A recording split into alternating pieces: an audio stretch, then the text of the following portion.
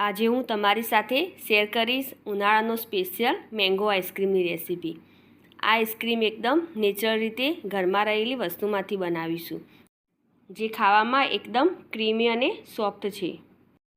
મેં પાકી કેરી લીધેલી છે।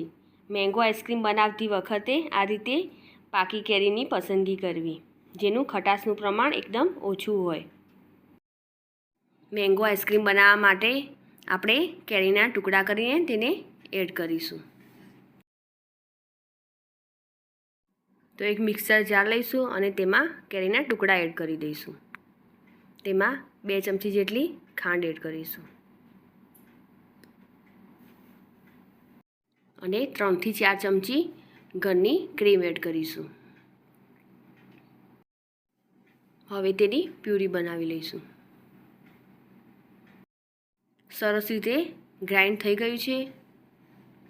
સરસ એવું ટેક્સચર પણ આવી ગયું છે।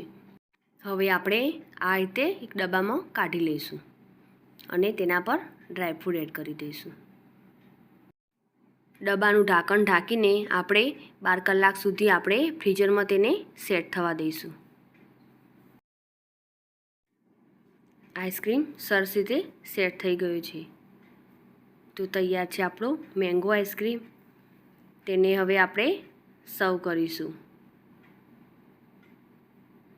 એકદમ ક્રીમી અને સોફ્ટ બન્યું છે। ના કોઈ દૂધ ગરમ કરવાની ઝંઝટ કે ના કોઈ મિલ્ક પાવડર કે ના કોઈ કુકિંગ પ્રોસેસ। આપણે બસ 2 જ વસ્તુથી આપણે ફટાફટ મેંગો આઈસ્ક્રીમને રેડી કર્યું છે। મારી આ રેસીપી તમને ગમી હોય તો લાઈક કરજો, શેર કરજો અને સબસ્ક્રાઈબ કરજો।